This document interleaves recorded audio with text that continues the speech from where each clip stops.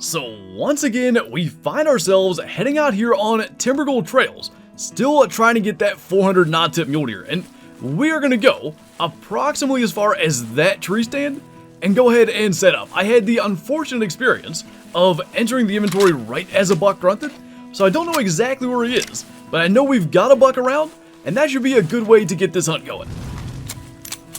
And you know, already, this is taking on the form of one of those hunts that can really turn into an absolute mess. No sign of that buck just yet. We've got a doe coming in, so I figure we might as well try to get that, and we'll probably sit here a little bit longer. I know for sure, just based on the direction the grunt came from, he was somewhere like kind of up in that direction. Maybe he just sort of walked out of hearing range as soon as he grunted, but I called right away and then did the intro. Hopefully he's just slowly making his way in. I don't like the looks of this at all. We've got another doe coming in. Still no sign of the buck. And once again, we might as well just take it down. And we'll continue to wait just a little bit longer. Fortunately, we've at least been able to drop them. My only hope is he got stuck. And maybe by taking out the does, we'll get a grunt from him and just know. I'm at least gonna assume this is our buck. He's a 140 to 170, so not bad, and he's at least kind of coming from the direction that I heard that grunt. Since we got no identification on the hunter mate, the only thing I can assume is that maybe this would be him, and he's a little bit further left than I would have thought. So let's try to go 3 for 3 from the stand. Not bad, and chaos as usual, but I fully expect that the Summer Fiesta event's going to be starting very soon, and whenever that starts, we're going to be very busy with that, so I wanted to get out here for at least one final attempt at trying to get this 400 non-tip, and a pretty wild way to start. Almost, you know, walking up into the mountains and trying to find him going on a wild goose chase, but fortunately I think he finally did show up. And frankly, that is a way better result than actually going up there and just trying to locate a track, especially if this was him. It would have been a little disappointing for that to be the final result, but our first buck, after getting a couple of does, he's going to be, as we got a double lung liver shot on him, 150, not bad. So what I want to do is actually work our way up and around. This is not the typical way we do this, but I want to kind of loop up that direction and just go a little further to the west than we would on a normal hunt. We've been switching stuff up lately and it's been working, so we're going to keep on trying to do things like that. I might be crazy, but I think that's a piebald mule deer doe. It absolutely is. You can barely see it. And we've actually got a buck coming in from over on the left side here. And another doe. Oh boy, right down where that piebald is. Okay, I think the move is going to have to be get down here, try to get the piebald, and then see what the buck is over on the other side. Hopefully, whatever that other doe is doesn't get in the way. I'd like to make the shot on the piebald, and then anything else in the area just spook. There's too much going on constantly today, but all the chaos we went through, if we didn't sit there and get that buck from the stand, if we went walking in the mountains, no way we find this thing. So finally, in a little bit better lighting, that's really cool to see. Just gonna let her get a little bit closer. Gonna call right in front of us, of course, when we didn't have the optics up. But just like the right distance, you can actually see that piebald pattern really, really well. Our first rare ever in the Hunter Classic years and years ago was a piebald mule deer doe. So it's always cool to see these things come in, and as she's approaching 20 meters, actually gonna stop for us. Might need to sidestep that branch a bit. Hopefully we can get this frontal shot to work. That's exactly what we want, and I'm actually just gonna sit here and maybe see if that buck shows up, just on the off chance of something great. We killed I think a 177 whitetail and a piebald whitetail doe. Maybe we could have something similar with mule deer. That's gotta be that other doe now though. Admittedly, one of them is something really cool, but we never shoot this many does in a video. Just gotta get this out of the way. She's gonna keep on moving in, but I think we gotta be able to, that was a little back. I don't know if we'll track that, we might. In the meantime, do we have any antler moving in this direction? Not yet. Oh, is it actually a whole herd of bucks? Well, this could get interesting real fast. We'll try to get eyes on everything that we can. And again, if there's something solid, I'd like to get whatever that might be right next to the doe. That's a nice buck, 145 to 170, but certainly nothing crazy. Gotta be 2 more back there somewhere. I almost feel like we gotta move forward just to see, even though moving backwards puts us closer to the piebald. We're only at $4 so far, but these ones are starting to get pretty close. That's the best one there, that one that goes up to 170. And probably we're just gonna have to go for this. And maybe we can go and look for tracks, because he's getting close. That one on the right's even closer. Don't love that he's about to cross behind that tree. I don't know how that's spine, but I suppose we'll take it. And yeah, we'll go back and try to find tracks. If there happens to be another really heavy one, we'll get that. But no crazy trophy shot. We'll just have our piebald doe by herself. I still don't get that. It is a little high, I guess. That'll take him out, though. Probably going to be a 160s, I'd imagine. Spine 2, I don't know. I'm not really sure how we pulled that off. We actually had spine 2 the second time as well. And then more importantly, I think we'll have a decent trophy shot of this thing, like right next to the river. And as it seems to happen so many times, shooting something really cool on Timbergold early in the morning when the lighting's just not that great. Some of these shots, shoulder blade, liver stomach contest, and the fact that she dropped, we got really lucky there. Let's see what we can do with the lighting and maybe some kind of cool backdrop. And I actually kind of noticed this from the tree stand earlier. The lighting is just so much better if you just go a little bit higher up. So I'm trying to get this where like our sunglasses aren't too hidden behind the hat. I think that is probably about as good as we're gonna get. Not as zoomed in as I like, but considering the lighting conditions, it actually shows the piebald really well. And I like that we were able to kind of get that pose where we're holding it by the head and the ears aren't all screwed up. That's difficult to do with muleys. Not bad at all. I don't know if it feels like this to you guys, but this hunt feels like absolute just chaos to me. And we haven't even gotten 700 meters. This is ridiculous. I almost forgot, but I figured we probably should come and track that doe real quick. Don't need Doc yelling at us. For a long time, I thought Doc was real. I'm curious how many of you guys thought the same thing. How long did you think Doc was actually a real person? Nonetheless, now we're over 1,000 meters, and we can try to get going back in the direction we planned. By the time we get up around here, it's gonna be like 9 o'clock. So as with just about any hunt that starts off so chaotically, we've had a bit of a break between stuff. We finally got a buck here. Actually, just heard a wolf up to the right, and there's supposed to be a bull elk somewhere down this direction. So it is in fact just about 9 a.m. It's 8:48 right now, and we're just kind of reaching the end of that arrow. So gonna be interesting later in the hunt like this, getting to the spots that typically we're at way earlier. I want to see what we're actually gonna encounter. So 145 for him, a 666 CSS. I don't know if that's a good sign. And then that elk should be right down here somewhere.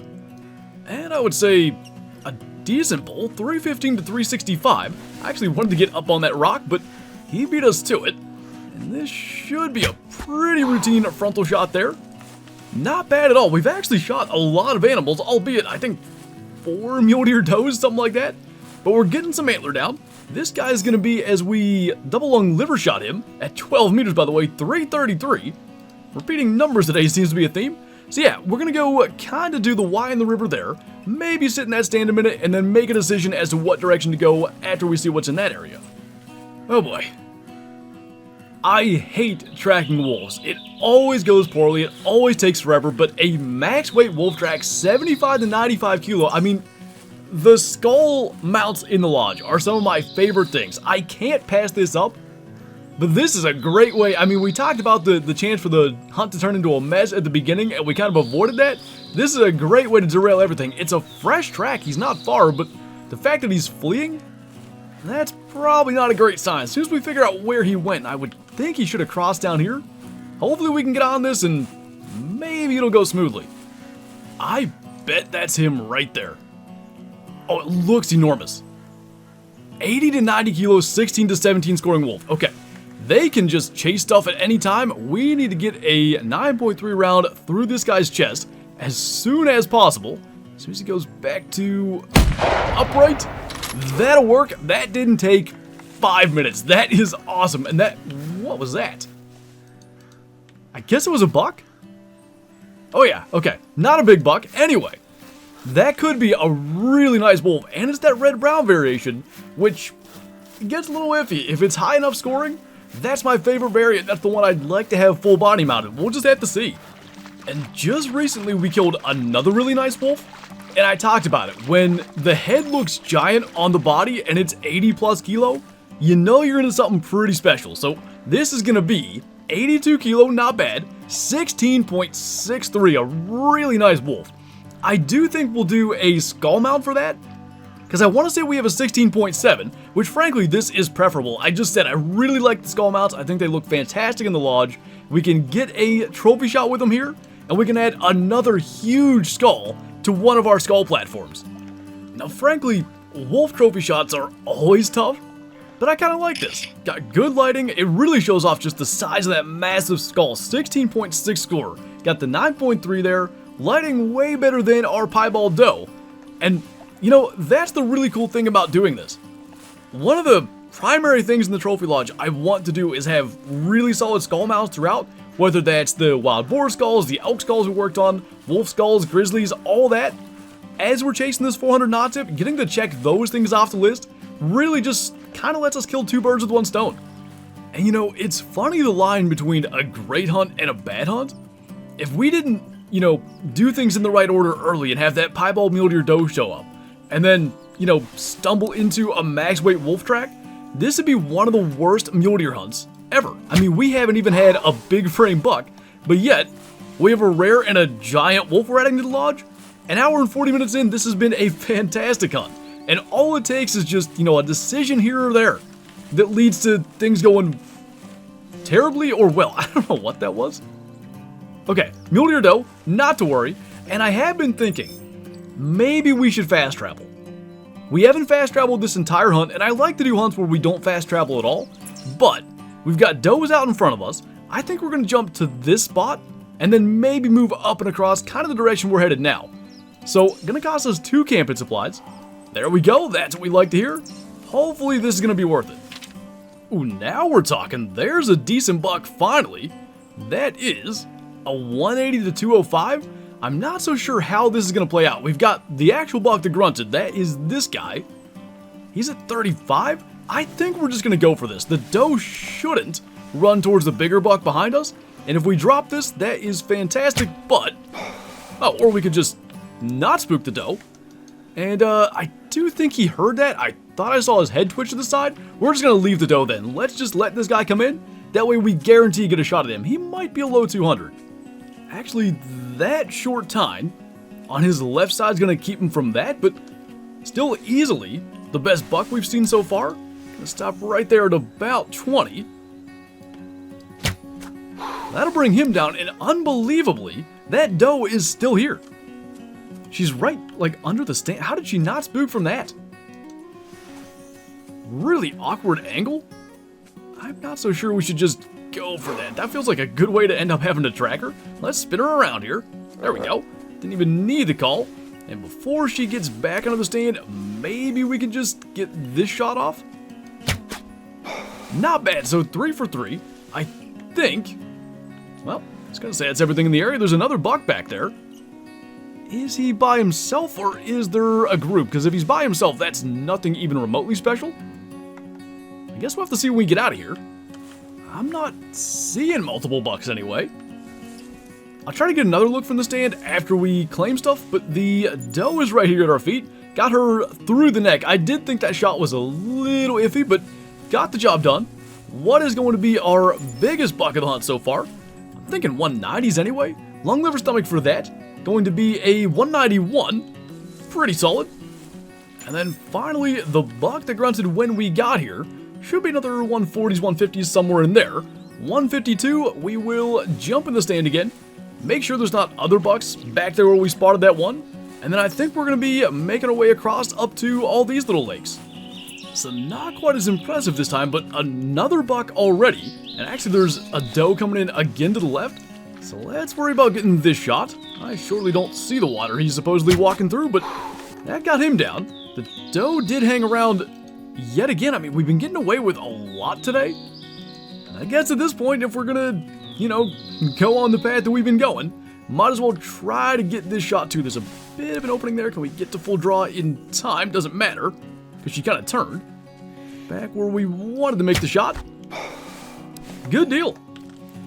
So this is not exactly going to be a giant buck by any stretch. Maybe, I don't know, 80s or something like that. Got him lung, liver, stomach though from our little perch on that rock. Actually 98.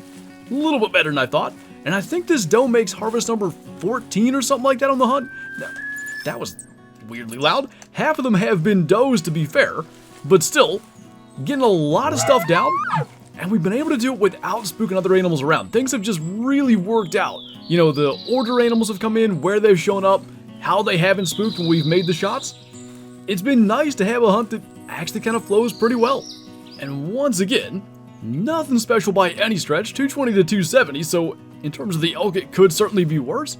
If we can just get this shot though, everything kind of will be out of our way. Jeez, didn't really love that, but got the job done. And we can keep on scooting forward again. We shouldn't be spooking things, which, you know, as much as I've talked about the potential problems that we were going to face today, the buck not coming in, having to track that wolf, like I said, it's been just flowing smoothly, which is really nice to see.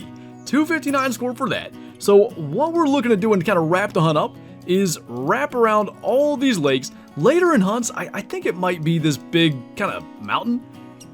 Animals seem to just hang out around it. I think they can't get over top of it, so they're just in the area a lot. So it seems to be a good place to check, you know, 1, 2, even 3 hours in. So of course, I talked about the potential in this area like later in hunts, and we're all the way around to the last lake. We've got this guy submarining through it to come into the call. Went all down through here, and not really anything going on whatsoever. So at the very least, we'll try to get this guy. That one over there is spooked. It is a slightly better buck, but nothing at all special. So as soon as this guy's out of the water, we should be good. I think you can shoot through the water, but no real reason to just spook him because we're incorrect about that. Now his vitals are clear. And that is what we're looking for. So yeah, that buck over there can stay. However, there is another one over here. Maybe all the bucks just congregated in this area. There is actually no way. Another Piebald Muley, this time a buck. 120 to 145? And actually, there's a way better buck somewhere out here in front. I think the last I saw him was, yeah, right there. Not going to be anything huge by any stretch, but I had every intention of shooting this one. He still disappeared. There he is. 155 to 180, all those stickers and stuff. I'd like to get the piebald with the bow, but I just don't see that happening. So wherever he got to, and he really blends in over there like with the sun and shade. So I think that might have been him that grunted. That was about right. As soon as he gets into a good sunny area, we're going to go ahead and take the shot. Not a huge piebald by any stretch, but that is insane now. I think right there, gonna be our spot. 2 Piebald Mulies in the same hunt, and a gigantic wolf. I mean, we had a 190, but not a giant buck in sight. Rares and other stuff everywhere though. And I do think, all things considered, we picked a decent spot to take him out. There's the lung blood, that shot's perfectly in there behind the shoulder. Probably gonna be a 120 or a 130. Just shy of 100 kilo, piebald 126. We'll definitely send that guy to the lodge. Probably gonna have to find a spot for him, but let's go ahead and try to set up some kind of trophy shot here in the sun. I really just... timing is so much in these hunts. If we came here earlier in the hunt, obviously this buck would have been somewhere else. Could we have encountered him? Sure. But things have just worked out so perfectly today. And I mean, one shot, one bad shot that causes us to track. If we don't find that wolf as quickly as we do, it can derail everything, and it's just so odd to think about when we're having things actually work correctly. Not bad at all. I mean, if this ends up being our final hunt before the summer fiesta, I do think it's middle of August typically when it starts. It's gonna be tough to just go and do other stuff for whatever the event missions and objectives may be. To have this kind of luck is just fantastic, and we might as well just keep on going. Who knows what we might find. So we'll scoot over to the river, work our way north, and then maybe what we can do is just kind of hunt our way back to the trophy lodge and take a look at now a couple of additions and maybe more by the time we're done. Well, that's always a welcome surprise. I know you can barely see it, but right up there in the trees is actually a female puma. Just called a second ago, and I didn't even bring the collar, but fortunately got eyes on it. And I think before it just goes out of sight, we're probably going to try to get a shot. Kind of paused there. That worked just fine. Actually used up the last of that box of 9.3, and we don't have any more, so hopefully that's the last round we'll need. But one of my long-term goals is to get 100 harvests for every species in the game. There's only 3 or 4 we don't have. I think Puma, Lynx, Sandbar, and maybe one other one. So every Puma we can get helps to work towards that. And you know, we've got a lot of long-term goals, things like getting the 400 non-tip. Being able to chip away at all of them. I kind of talked about killing 2 birds with 1 stone earlier. It's what makes coming back here time after time, hour after hour, you know, doable, because we have other stuff we can keep on doing as well. Double along that 12.5 score as pretty much every female Puma scores. And we're pretty much at the point we're going to start to make the turn down towards the outpost. We've officially made it all the way down here.